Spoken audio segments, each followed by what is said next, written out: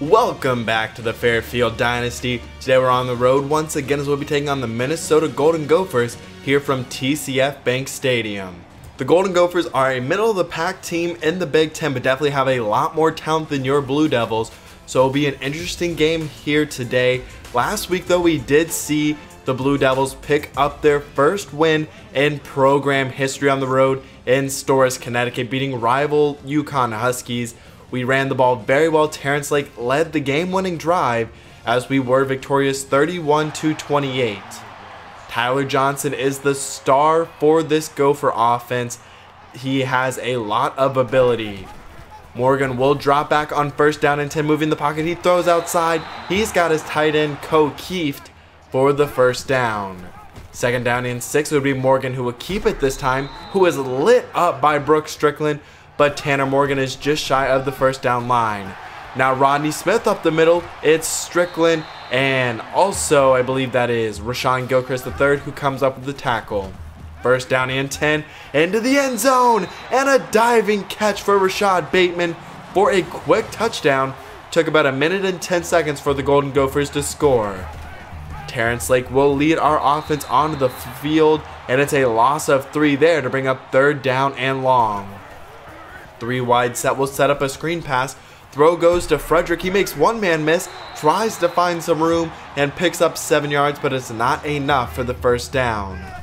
A tight set for the Gophers on third down, and it'll be a stop for our defense. They played much better last week than they did week 1 against the Warhawks of Louisiana Monroe, and there's a good stop. Now it'll be Lake on the keeper from the read option, who picks up 6 yards.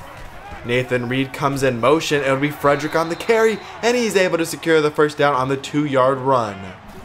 A split back set as Dontarius Butler checks in, and Lake did not see that defender at all, nearly intercepted. Third down and long.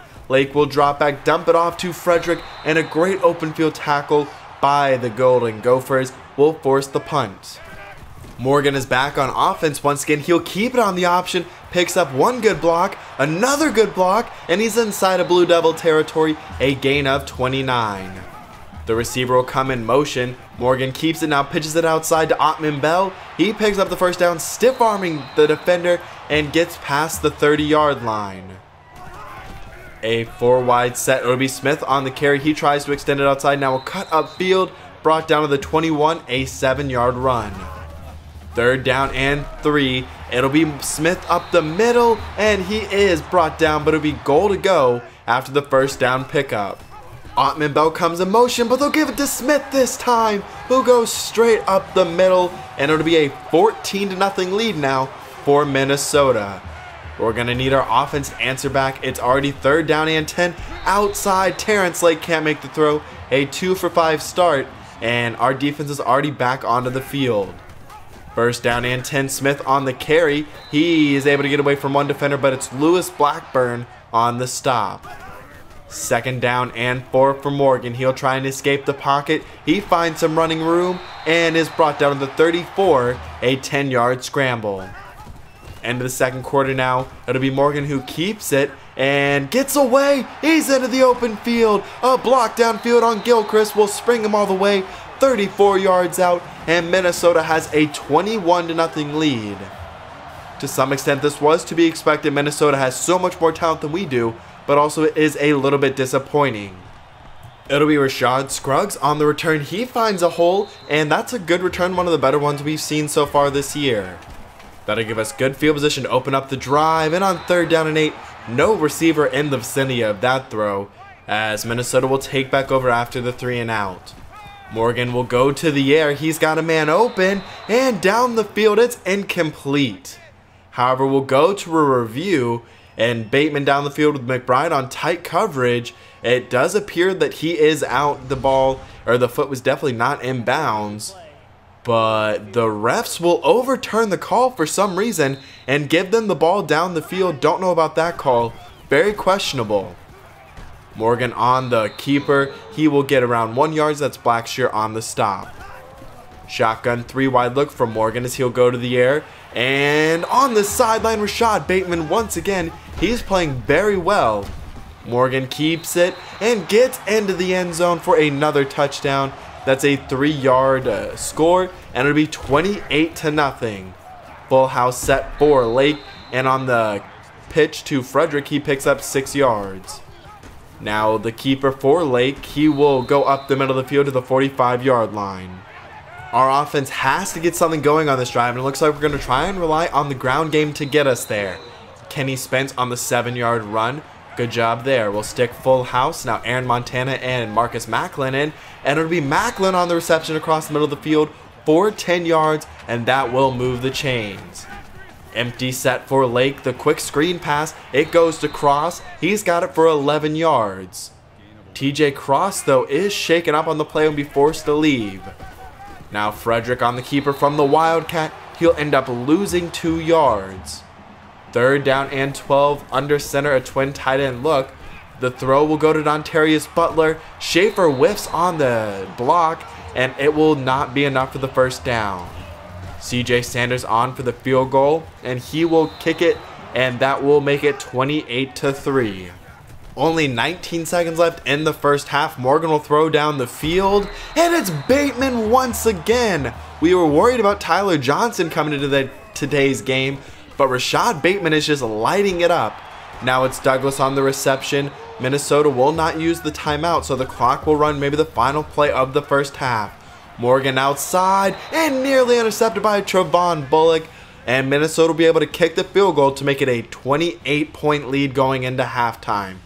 Their offense is playing very well. Our offense in this 1st half has struggled, only able to get one real good possession together, and that only resulted in a field goal. We're going to have to play a lot better in the 2nd half if we want to make any sort of a comeback. But it will be Spencer Clay to take the field to start the 2nd half, as Terrence Lake could not get very much done in the 1st.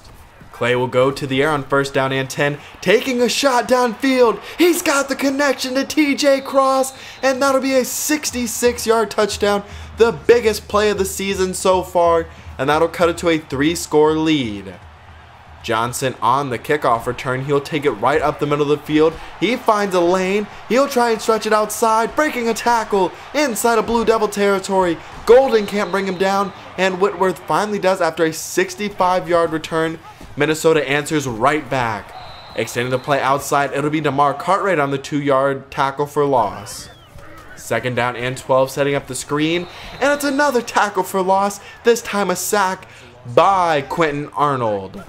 2 down linemen on 3rd down and 22. The screen pass set up for Rodney Smith. He is pushed out of bounds at the 33-yard line, so Minnesota will attempt the field goal.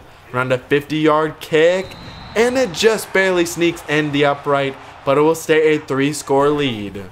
Our offense will have a bunch set to the right. We'll dump it off to TJ Cross. He's able to get away from one defender, and that's a 3-yard reception.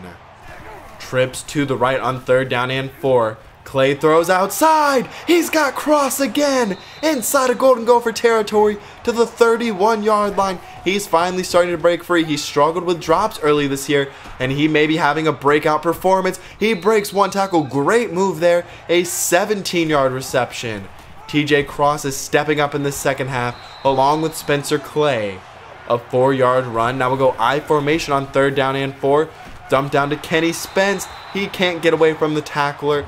And that'll be 4th down and 4, and we'll kick another field goal as CJ Sanders stays perfect on the season.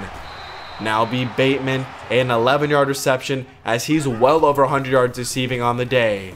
Morgan will keep it, and it's a big time play by Lewis Blackburn, the freshman nickel corner. Trips to the right on 3rd down and 7. A stop here would be huge, and Ottman Bell can't get the 1st down, so our offense will be back on the field. We'll go empty, a minute 10 left. It'll be Childress on the dump down for 5 yards. And now 3rd down and 3. Dontarius Butler gets the carry. He goes straight up the middle. Not sure we'll see much of Dominique Frederick the rest of the way. He's really struggled so far today. Spencer Clay throws, and he's got Adrian Schaefer, who picks up 11 yards to move the sticks. 2nd down and 9. A bunch set to the left. We'll go play action, and down the middle of the field, it's Travarius Edwards, wide open for 28 yards. It'll be 3rd down, though. The bunch sets have been effective today. We'll throw, and nearly intercepted The safety makes a great play on the ball, and our offense will stay on the field needing a touchdown. Clay throws down the middle of the field, and Adrian Schaefer had it in his hands, but it was jarred loose, and Minnesota will take over after the turnover on downs. Keith gets it, and the 11-yard reception will move the sticks. We'll see if Minnesota just tries to run some clock now, as Morgan will keep it up the middle of the field on the logo at the 48-yard line. He is brought down. Bunch to the left for Morgan. He'll go to the air. He'll throw that way, and it's Keith once again to the 40-yard line inside of Fairfield territory. 6 minutes left in the ball game. Morgan throws once more. He's got Tyler Johnson, one of his few receptions so far today, but it's a big one that moves the chains. The read option is Morgan will keep it. He is brought down but picks up the first. We've struggled with quarterbacks running in the first 3 games so far this year. Now to be a sweep outside, and it's a loss of 3. DeMar Cartwright with the tackle for loss, his second run stop on the day. Morgan will keep it, a big time block, and another one. 2 absolute mammoth blocks by that offensive lineman. 3rd down and 3. Morgan on the dump down to Green, who is brought down at the 1-yard line. It'll be 2nd down and goal for Morgan. He pitches it outside to Smith, and he just barely gets in there, as it was almost a stop for Lewis Blackburn, but instead Minnesota extends their lead back out to 28 points. Throw outside, and Clay can't connect with Antonio Lawson. That was a very tight window. 3 wide set on 3rd down and 5. Lawson has it this time, and he will get the reception for 6 yards, and that's a 1st down for Fairfield. 2nd down and 10 down the seam. It is Adrian Schaefer.